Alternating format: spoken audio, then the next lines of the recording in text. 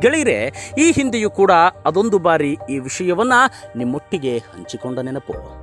ಆದರೂ ಕೂಡ ಅದು ಯಾಕೋ ಗೊತ್ತಿಲ್ಲ, ಮತ್ತೆ ಮತ್ತೆ ಈ ವಿಷಯವನ್ನ ಪುನರಾವರ್ತಿಸಬೇಕು ಅಂತ ಅನ್ನಿಸ್ತಿದೆ. ಹಾಗಾಗಿ ಈ ಟಾಪಿಕನ್ನು ತೆಗೆದುಕೊಂಡು ಮತ್ತೆ ನಿಮ್ಮ ಮುಂದೆ ಬಂದಿದ್ದೀನಿ. ಸಮಯ ಮಾಡಿಕೊಂಡು ತಪ್ಪದೆ ಕೇಳಿ. ಈ ಅತ್ಯಮೂಲ್ಯವಾದ ವಿಷಯವನ್ನು ಇತರರಿಗೂ ಕೂಡ ಶೇರ್ ಮಾಡಿ. ಗೆಳೆಯರೆ, ಈ ಬದುಕೆಂಬ ಸಾಗರದಲ್ಲಿ, ಸಂಸಾರದ ನೌಕೆಯಲ್ಲಿ ಮಕ್ಕಳೇ ಸರ್ವಸ್ವವಲ್ಲ. ಅವರು ಏನಿದ್ರೂ ನಮ್ಮ ಜೀವನದ ಅತಿ ಮುಖ್ಯ ಭಾಗವಷ್ಟೇ. ನೀವೆಲ್ಲ ಪಕ್ಷಿಗಳ ಜೀವನ ಶೈಲಿಯನ್ನ ನೋಡಿರ್ತೀರಿ ಅನ್ಕೊಳ್ತೀನಿ.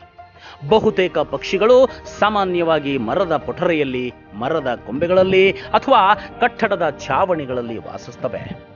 ಆದರೆ ತಮ್ಮ ಸಂತಾನೋತ್ಪತ್ತಿಯ ಸಮಯದಲ್ಲಿ ಮಾತ್ರ ವಿಧ ವಿಧ ಬಗೆಯ ಗೂಡನ್ನು ಕಟ್ತವೆ. ಆ ಗೂಡಿನಲ್ಲೇ ಮೊಟ್ಟೆಯನ್ನ ಇಟ್ಟು ಮರಿ ಮಾಡ್ತವೆ.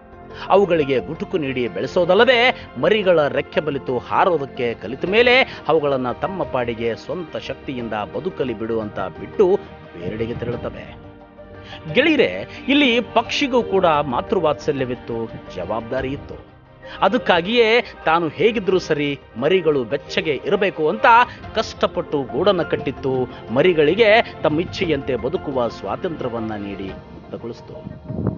ಆದರೆ ಮನುಷ್ಯರಾದ ನಾವು ಮಕ್ಕಳ ವಿಷಯದಲ್ಲಿ ನಡೆದುಕೊಳ್ಳುತ್ತಿರುವುದಾದರೂ ಹೇಗೆ?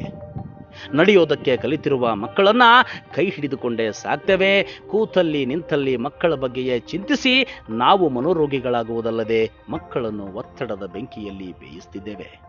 ನಾವು ದುಡಿಯುವ ಪ್ರತಿ ಕಾಸಿನ ಮೇಲೂ ಮಕ್ಕಳ ಹೆಸರನ್ನೇ ಕೆತ್ತುತ್ತಿದ್ದೇವೆ. ಅದ್ಯಾವ ಪರಿ ಅಂದ್ರೆ, ನಾವು ರುಚಿಯಾಗಿರೋದನ್ನ ತಿನ್ನದೆ, ಶೋಕಿ ಬಟ್ಟೆ ತೊಡದೆ, ಯಾವ ಸುಖವನ್ನು ಅನುಭವಿಸದೆ ಸರ್ವಸ್ವವನ್ನು ಮಕ್ಕಳಿಗೆ ಅಂತ ಮೀಸಲಿಡುತ್ತಿದ್ದೇವೆ. ಸಮಾಜದಲ್ಲಿ ಕೆಟ್ಟ ಹೆಸರು ಸಂಪಾದಿಸಿಯೋ ಅಥವಾ ಸ್ವಂತ ಪರಿಶ್ರಮದ ಮೂಲಕವೋ ದುಡಿದ ಹಣ, ಆಸ್ತಿ, ಅಂತಸ್ತುಗಳನ್ನ ಕೂಡಿಡ್ತಿದ್ದೇವೆ. ಒಂದು ಲೆಕ್ಕದಲ್ಲಿ ಹಾಗೆ ನೋಡಿದರೆ ಪ್ರಾಣಿಗಳೇ ನಮಗಿಂತ ಮೇಲು ಅಲ್ವೇ?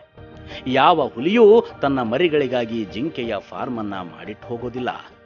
ಕೇವಲ ಬೇಟೆಯಾಡಿ ಬದುಕುವುದನ್ನಷ್ಟೇ ಕಲಿಸಿರುತ್ತೆ.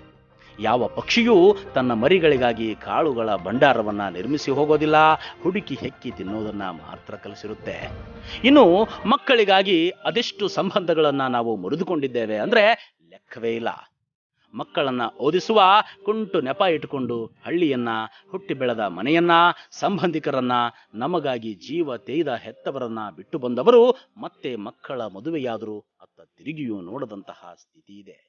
ನಮ್ಮ ಮಕ್ಕಳನ್ನ ಅದೆಷ್ಟು ಹಚ್ಚಿಕೊಂಡಿದ್ದೇವೆ ಅಂದ್ರೆ, ಅವರ ಚಿಕ್ಕ ಚಿಕ್ಕ ವಿಷಯಗಳಿಗಾಗಿ ಸ್ನೇಹಿತರು, ಒಡ ಹುಟ್ಟಿದವರು, ನೆರೆಹೊರೆಯವರ ಜೊತೆ ಜಗಳವಾಡಿದ್ದೇವೆ, ಮುನಿಸಿಕೊಂಡಿದ್ದೇವೆ, ಮತ್ತೆ ಸೇರಲಾರದಷ್ಟು ದೂರ ಹೋಗಿದ್ದೇವೆ. ಗೆಳೆಯರೆ, ಅದರ ಬದಲು ಮಕ್ಕಳಿಗೆ ಬುದ್ಧಿ ಹೇಳಿ, ತಿದ್ದಿ ನಡೆಸಿ, ಎಲ್ಲರ ಜೊತೆ ವಿಶಾಲ ಮನೋಭಾವ ತೋರಿದರೆ ಸಂಬಂಧಗಳು ಇನ್ನೂ ಗಟ್ಟಿಯಾಗುತ್ತವಲ್ವೇ?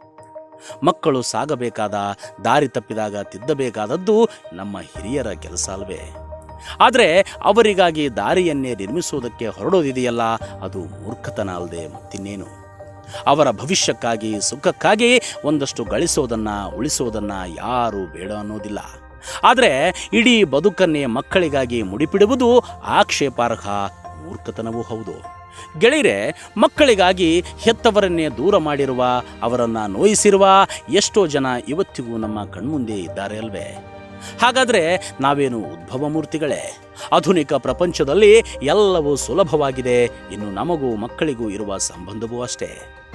ಎಲ್ಲರನ್ನು ನೋಯಿಸಿ ನಾವು ನೊಂದು ಸಾಕಿದ ಮಕ್ಕಳಿಂದ ಸಕಾರಾತ್ಮಕ ಫಲಿತಾಂಶವೇ ಸಿಗುತ್ತೆ ಅನ್ನೋದಿದೆಯಲ್ಲ, ಅದು ಇನ್ನೂ ಸುಳ್ಳು.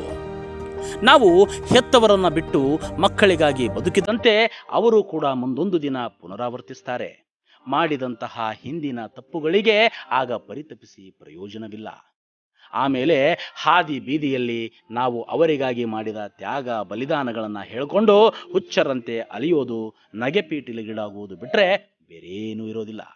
ಆದ್ದರಿಂದ ಮಕ್ಕಳಿಗಾಗಿ ಆಸ್ತಿ ಮಾಡದಿದ್ರೂ ಪರವಾಗಿಲ್ಲ, ಸುಸಂಸ್ಕೃತರನ್ನಾಗಿಸಿ, ದುಡಿದು ತಿನ್ನುವ, ಸ್ವತಂತ್ರವಾಗಿ ಬದುಕುವ ಶಕ್ತಿಯನ್ನ ತುಂಬಿಸಿ, ಎಲ್ಲರೊಳಗೊಂದಾಗೋ ಮಂಕುತಿಮ್ಮ ಎಂಬ ತತ್ವವನ್ನ ಕಲಿಸಿ, ನಾವು ಕೂಡ ಸಾಧ್ಯವಾದಷ್ಟು ನಮ್ಮ ದುಡಿಮೆಗನುಸಾರ ಸುಖವನ್ನೇ ಪಡೋಣ.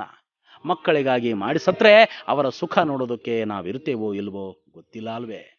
ಬೇಂದ್ರೆಯವರು ಹೇಳುವಂತೆ, ನಾನಂತೂ ಸಾವಿಗೆ ಹೆದರೋಲ್ಲ, ನಾನಿದ್ದಾಗ ಅದು ಬರೋಲ್ಲ, ಅದು ಬಂದಾಗ ನಾನಿರೋಲ್ಲ ಅನ್ನೋ ಮಾತಿನಂತೆ ಮಕ್ಕಳೇ ಸರ್ವಸ್ವವಲ್ಲ, ಅವರು ಏನಿದ್ರೂ ನಮ್ಮ ಜೀವನದ ಅತಿ ಮುಖ್ಯ ಭಾಗ ಅಷ್ಟೇ ಅಂತ ಹೇಳ್ತಾ, ಇದು ಸತ್ಯ, ಇದು ನಿತ್ಯ ಅಂತ ಹೇಳ್ತಾ ಇವತ್ತಿನ ಟಾಪಿಕನ್ನು ಇವತ್ತು ಮುಗಿಸ್ತಾ ಇದ್ದೀನಿ. ನಮಸ್ಕಾರ ಸ್ನೇಹಿತರೆ.